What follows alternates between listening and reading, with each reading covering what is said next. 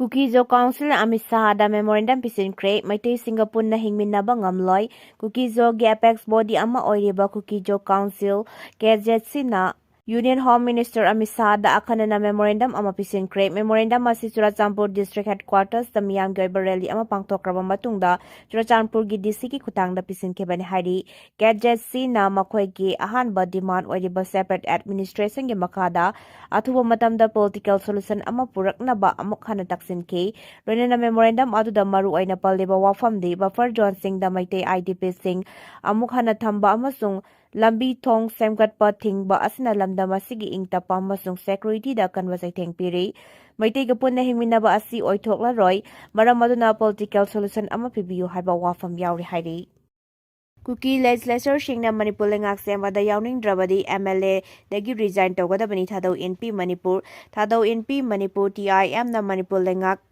semba taramna ui, kumsing lisingani kun mga gi February 16 dagi Manipur da President rule thamdakre, President rule thamdakpa chahi ama mapung phazilakadawriba matam asida lengak semana bohanarakliba asi taramna ui haina Thadou NP ki cherol amana phangdorakli, Indian constituency gi makhada miyam gi mihut singna semba democratic oiba lengak amal lehenba haibadugi miyam gi phangpham thokpa fundamental right ni Thadou hyriba furuba sisu Manipur da scheduled tribe ki status phangbaga loinana democratic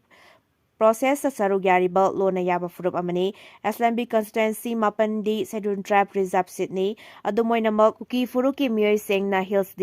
districta MLA tara leiba ngami hairiba furup kayana kundariba constituency sing aduda furup amakhakna authority amagum logba yaroi adugumna tawrabadi constitution gi makada lona yadaba haibadu oigani bot thadabagi hak phangliba miyam gi apamba yenglaga thabak tawgadabani karigumba Kuki MLA singna Manipur lengak sembada sagatningdrabadi makoi MLA dagi puksel chauna pham thadokadabani mikhalda mai paklaklaba ama oina lengak sembada yadaba haibadu office pairiba MLA singna constitution na yade haibadu khangangadabani miyamgi marakta amana amabu thazahanduna yaba wafam hingsa thokhanba yaba wafam amasung miyambu humduna pubagi politics adu laisingadabani haina sufangdokli Thadou organization singna mamangdagi hauna Kuki MLA tarabu singnaduna wafam kaya phangdokkiba laikrabani separate administration pamlabadi makoi masana khangna pam thadokadabani fam paiduna natragana SLMB ki mihut ama oina leiraga matam amatada separate administration demand tawba haibadu asumba yaudaba amadi chayetnaba thokanba amani tongan-tonganba political party dagi karakkiba MLA tarana makoi masa asi miyamgi mihutni haiba khangbaga loinana thabak tawgadabani wafam sing asi yenglaga matung Thadou NP Manipurna Thadou miyamda appeal tawri madudi khudong saba launaba honaba hingsagi politics athabasing asidagi lapna legadabani democratic government amagi makada sarug yadabasing maru oina indigenous tribal leaders forum gomba organization dagi lapna leiba mathautai makoina nampuda miyam sijinnaduna Manipur lengak sembagi mayokta leli chathalli hairi Thadou NP Manipurna makata na hai ikai khumnaningai oiraba MLA singna singthaningai oiba amadi mayek senga demand tawgadabani Manipur lengak sembada saugat kera natragana resign tawraga separate administration tanbana sumbra haibadu lepkadabani SLMB gi mapalda leplaga demand adu tawfam thoi democracy constitution na MLA singda piriba thodang amasung miyam gi thajaba adu maranai oiba agenda natragana politics ki damakta sacrifice tawroidabani hairi ground rule ngakna chatnaba lengakna Kuki Zo group singda khangankre suspension of operation su agreement sign tongnariba Kuki lalhaulup singna sugi ground da ngakna chatnaba lengakna section wafam tamkre lengaka suspension of operation su agreement sign tongnariba Kuki Zo group United People's Front UPF amasung Kuki National Organization KNO gilusingba singa Ministry of Home Affairs MHA gi North East Advisor AK Mishra Intelligence Bureau gi IB gi official sing amadi Manipur lengak yawba joint monitoring group ke mifam mangara Guwahati da pangthokna su ground rule gi matangda review tawkre Atuba matamda Manipur popular government amal laklaba yai haina kanangangarakliba chairak asida mifam adu pangthokibani Manipur da thamlakkiba president rule matang ta February 13 da chahi ama mapung phagadoribani tha asigi 13 ki mifam aduda lengak ki maikaidagi Manipur da thoklakliba iraq asigi vulnerable oiba ꯃꯐꯝꯁꯤꯡꯗ ꯂꯩꯕ ꯁꯨ ꯒ꯭ꯔꯨꯞꯀꯤ camp 8 ꯑꯇꯣꯞꯄ ꯃꯐꯝꯗ ꯍꯣꯡꯗꯣꯛꯅꯕꯒꯤ ꯋꯥꯐꯝ ꯑꯃꯨꯛ ꯍꯟꯅ ꯀꯨꯞꯅ ꯈꯟꯅꯈꯤ꯫ Review ꯃꯤꯐꯝ ꯑꯗꯨꯗ ꯃꯔꯨꯑꯣꯏꯅ ꯒ꯭ꯔꯥꯎꯟꯗ ꯔꯨꯜꯒꯤ ꯋꯥꯐꯝ, ꯗꯤꯖꯤꯒꯅꯦꯇꯦꯗ ꯀꯦꯝꯞ ꯍꯣꯡꯗꯣꯛ ꯍꯣꯡꯖꯤꯟ ꯇꯧꯕꯒꯤ ꯃꯇꯥꯡ, ꯀꯦꯝꯞꯁꯤꯡꯒꯤ ꯏꯟꯐ꯭ꯔꯥꯁ꯭ꯇꯔꯛꯆꯔ, ꯈꯨꯠꯂꯥꯏꯁꯤꯡ ꯁꯔꯦꯟꯗꯔ ꯇꯧꯅꯕ ꯀꯦꯗꯔꯁꯤꯡ ꯚꯦꯔꯤꯐꯤꯀꯦꯁꯟ ꯇꯧꯕꯒ ꯂꯣꯏꯅꯅ ꯑꯦꯛꯁꯇꯣꯔꯁꯟ ꯑꯦꯛꯇꯤꯚꯤꯇꯤꯁꯤꯡ ꯀꯟꯇ꯭ꯔꯣꯜ ꯇꯧꯅꯕꯒꯤ ꯃꯇꯥꯡꯗ ꯀꯨꯞꯅ ꯈꯟꯅꯈꯤ, ꯑꯃꯗꯤ ꯁꯨ ꯁꯥꯏꯟ ꯇꯧꯅꯔꯤꯕ ꯂꯨꯞꯀꯤ ꯀꯦꯗꯔꯁꯤꯡꯅ ꯁꯨꯒꯤ ꯒ꯭ꯔꯥꯎꯟꯗ ꯔꯨꯜ ꯉꯥꯛꯅ ꯆꯠꯅꯕꯁꯨ ꯂꯩꯉꯥꯛꯀꯤ ꯃꯥꯏꯀꯩꯗꯒꯤ ꯆꯦꯛꯁꯤꯟ ꯋꯥꯐꯝꯁꯤꯡ ꯊꯝꯈꯤ ꯍꯥꯏꯔꯤ꯫ ꯄꯥꯎ ꯑꯁꯤꯅ ꯃꯈꯥ ꯇꯥꯔꯗꯨꯅ ꯊꯥ ꯑꯁꯤꯒꯤ 16ꯗꯁꯨ ꯃꯅꯤꯄꯨꯔꯒꯤ ꯆꯤꯐ ꯁꯦꯀ꯭ꯔꯦꯇꯔꯤ ꯗꯥꯛꯇꯔ ꯄꯨꯅꯤꯠ ꯀꯨꯃꯥꯔ ꯒꯣꯌꯜꯅ ꯆꯦꯌꯔꯄꯔꯁꯟ ꯑꯣꯏꯕ ꯄꯤꯁ ꯃꯣꯅꯤꯇꯔꯤꯡ ꯀꯃꯤꯇꯤꯒꯤ ꯃꯤꯐꯝ ꯑꯃꯁꯨ ꯄꯥꯡꯊꯣꯛꯇꯨꯅ ꯄꯥꯝꯕꯩꯅ ꯂꯨꯆꯤꯡꯕ UNLF-ꯀ ꯂꯩꯉꯥꯛꯀ ꯁꯤꯖꯐꯥꯌꯔ ꯑꯦꯒ꯭ꯔꯤꯃꯦꯟꯠ ꯆꯠꯅꯔꯤꯕ ꯑꯁꯤꯒꯤ ꯃꯇꯥꯡꯗ ꯔꯤꯚꯤꯌꯨ ꯇꯧꯈ꯭ꯔꯦ꯫ ꯂꯥꯜꯍꯧꯔꯨꯞ ꯑꯁꯤꯒ ꯃꯤꯅꯤꯁꯇ꯭ꯔꯤ ꯑꯣꯐ ꯍꯣꯝ ꯑꯦꯐꯤꯌꯔꯁ ꯑꯃꯁꯨꯡ ꯃꯅꯤꯄꯨꯔ ꯂꯩꯉꯥꯛꯀ ꯀꯨꯝꯖꯥ 2019ꯒꯤ ꯅꯕꯦꯝꯕꯔ 18ꯗ ꯁꯤꯖꯐꯥꯌꯔ ꯑꯦꯒ꯭ꯔꯤꯃꯦꯟꯠ ꯁꯥꯏꯟ ꯇꯧꯅꯈꯤꯕꯅꯤ꯫ ꯃꯤꯐꯝ ꯑꯗꯨꯗ ꯁꯔꯨꯛ ꯌꯥꯈꯤꯕ ꯂꯥꯜꯍꯧꯔꯨꯞ ꯑꯁꯤꯒꯤ ꯃꯤꯍꯨꯠꯁꯤꯡꯗ ꯂꯩꯉꯥꯛꯀꯤ ꯃꯥꯏꯀꯩꯗꯒꯤ ꯃꯔꯤ ꯂꯩꯅꯕ ꯋꯥꯐꯝ ꯀꯌꯥꯁꯨ ꯊꯝꯈꯤ ꯍꯥꯏꯔꯤ꯫ ꯄꯥꯎ ꯑꯁꯤꯅ ꯃꯈꯥ ꯇꯥꯔꯗꯨꯅ ꯊꯥ ꯑꯁꯤꯒꯤ 16ꯗ A.K. ꯃꯤꯁ꯭ꯔꯥ ꯃꯁꯥ ꯆꯨꯔꯆꯥꯟꯄꯨꯔꯗ ꯆꯠꯇꯨꯅ ꯀꯨꯀꯤ ꯖꯣ ꯀꯥꯎꯟꯁꯤꯜꯒꯤ ꯂꯨꯆꯤꯡꯕꯁꯤꯡ ꯎꯅꯗꯨꯅ ꯃꯅꯤꯄꯨꯔꯗ ꯄꯣꯄꯨꯂꯔ ꯒꯚꯔꯟꯃꯦꯟꯠ ꯑꯃ ꯁꯦꯝꯅꯕ ꯍꯣꯠꯅꯕꯗ ꯀꯣꯑꯣꯄꯔꯦꯁꯟ ꯄꯤꯅꯕ ꯈꯪꯍꯟꯈ꯭ꯔꯦ꯫ ꯄꯨꯡ ꯑꯃꯔꯣꯝ ꯋꯥꯔꯤ ꯁꯥꯅꯕ ꯑꯗꯨꯗ ꯂꯩꯉꯥꯛ ꯁꯦꯝꯂꯛꯄꯗ ꯀꯨꯀꯤ ꯖꯣ MLAꯁꯤꯡ ꯁꯔꯨꯛ ꯌꯥꯅꯕꯁꯨ ꯈꯪꯍꯟꯈꯤ꯫ KZC-ꯒꯤ ꯃꯥꯏꯀꯩꯗꯒꯤ ꯃꯈꯣꯏꯒꯤ ꯑꯣꯏꯅꯗꯤ ꯁꯦꯄꯔꯦꯠ ꯑꯦꯗꯃꯤꯅꯤꯁꯇ꯭ꯔꯦꯁꯟꯒꯤ ꯗꯤꯃꯥꯟꯗ ꯑꯁꯤ ꯐꯪꯗ꯭ꯔꯤꯕ ꯐꯥꯎꯕ ꯒꯚꯔꯟꯃꯦꯟꯠ ꯁꯦꯝꯕꯗ ꯁꯔꯨꯛ ꯌꯥꯕꯒꯤ ꯑꯄꯥꯝꯕ ꯂꯩꯇꯦ꯫ ꯍꯧꯖꯤꯛꯇꯤ ꯂꯩꯉꯥꯛ ꯁꯦꯝꯕꯗ ꯁꯔꯨꯛ ꯌꯥꯕ ꯌꯥꯗꯕ ꯍꯥꯏꯕꯁꯤ ꯀꯨꯀꯤ ꯖꯣ MLAꯁꯤꯡꯒꯤ ꯃꯁꯥ ꯃꯁꯥꯒꯤ ꯋꯥꯈꯜꯗ ꯂꯩꯔꯦ ꯍꯥꯏꯅ ꯈꯪꯍꯟꯈꯤ ꯍꯥꯏꯔꯤ꯫ ꯂꯣꯛꯇꯥꯛ ꯄꯥꯠ ꯑꯃ ꯑꯣꯏꯕꯒꯤ ꯃꯆꯥꯛ ꯑꯃꯠꯇ ꯁꯨꯗ꯭ꯔꯦ꯫ ꯑꯦꯛꯁꯄꯔꯠ: ꯂꯣꯛꯇꯥꯛꯀꯤ ꯏꯁꯤꯡ ꯆꯥꯅ ꯊꯛꯅꯕꯗ ꯁꯤꯖꯤꯟꯅꯕ ꯌꯥꯔꯛꯇꯕꯗꯒꯤ ꯏꯁꯤꯡ ꯂꯩꯅꯔꯦ ꯈꯨꯟꯖꯥꯁꯤꯡ꯫ ꯃꯅꯤꯄꯨꯔꯒꯤ ꯄꯨꯋꯥꯔꯤꯒ ꯁꯥꯒꯣꯟꯅꯗꯨꯅ ꯂꯥꯛꯂꯕ ꯂꯝꯗꯝ ꯑꯁꯤꯕꯨ ꯃꯁꯛ ꯇꯥꯛꯄꯗ ꯀꯥꯟꯊꯣꯛꯂꯝꯕ ꯌꯥꯔꯔꯣꯏꯗꯕ ꯑꯃꯗꯤ ꯑꯋꯥꯡ ꯅꯣꯡꯄꯣꯛꯀꯤ ꯈ꯭ꯋꯥꯏꯗꯒꯤ ꯆꯥꯎꯔꯕ ꯊꯨꯝꯃꯤ ꯆꯦꯟꯗꯕ ꯄꯥꯠꯅꯤ ꯍꯥꯏꯔꯤꯕ ꯂꯣꯛꯇꯥꯛ ꯄꯥꯠ ꯑꯁꯤ ꯅꯣꯡꯃ ꯅꯣꯡꯃꯒꯤ ꯐꯤꯚꯝ ꯁꯣꯛꯆꯤꯜꯂꯛꯄꯅ ꯉꯁꯤꯗꯤ ꯄꯥꯠ ꯑꯃ ꯑꯣꯏꯕꯒꯤ ꯃꯁꯛ ꯃꯑꯣꯡꯁꯤꯡ ꯇꯞꯅ ꯇꯞꯅ ꯃꯥꯡꯁꯤꯜꯂꯛꯂꯦ ꯍꯥꯏꯅ ꯑꯦꯛꯁꯄꯔꯠꯁꯤꯡꯅ ꯃꯠ ꯄꯤꯅꯔꯛꯂꯤ꯫ ꯄꯥꯠ ꯑꯁꯤꯒꯤ ꯏꯁꯤꯡꯁꯨ ꯃꯣꯠꯁꯤꯜꯂꯛꯄꯗꯒꯤ ꯆꯥꯡ ꯍꯦꯟꯒꯠꯂꯛꯄꯅ ꯑꯀꯣꯏꯕꯗ ꯇꯥꯔꯤꯕ ꯈꯨꯟꯖꯥꯁꯤꯡꯅ ꯆꯥꯅ ꯊꯛꯅꯕ ꯏꯁꯤꯡ ꯂꯩꯔꯒ ꯁꯤꯖꯤꯟꯅꯔꯦ ꯍꯥꯏꯔꯤ꯫ ꯍꯤꯔꯝ ꯑꯁꯤꯒꯤ ꯃꯇꯥꯡꯗ ꯊꯥꯡꯒꯗꯒꯤ ꯃꯁꯥꯒꯤ ꯆꯍꯤ 70 ꯁꯨꯔꯕ ꯀꯨꯃꯥꯔ ꯀꯧꯕ ꯈꯨꯟꯖꯥ ꯑꯃꯅ ꯍꯥꯏ ꯂꯣꯛꯇꯥꯛ ꯑꯁꯤ ꯊꯦꯟꯒꯠꯂꯛꯄꯒꯤ ꯆꯥꯡ ꯍꯦꯟꯒꯠꯂꯛꯄ ꯑꯃꯗꯤ ꯐꯨꯝꯗꯤꯅ ꯀꯨꯞꯁꯤꯟꯈꯤꯕꯒꯤ ꯆꯥꯡꯁꯨ ꯂꯦꯞꯇꯅ ꯍꯦꯟꯒꯠꯂꯛꯄꯅ ꯉꯥ ꯐꯥꯕ ꯆꯥꯡ ꯌꯥꯝꯅ ꯍꯟꯊꯔꯛꯈ꯭ꯔꯦ꯫ ꯃꯇꯝ ꯑꯃꯗ ꯂꯩꯉꯥꯛꯀꯤ ꯃꯔꯤ ꯂꯩꯅꯕ ꯂꯣꯏꯁꯪꯁꯤꯡꯅ ꯐꯨꯝꯗꯤ ꯁꯦꯡꯕꯒꯤ ꯊꯕꯛ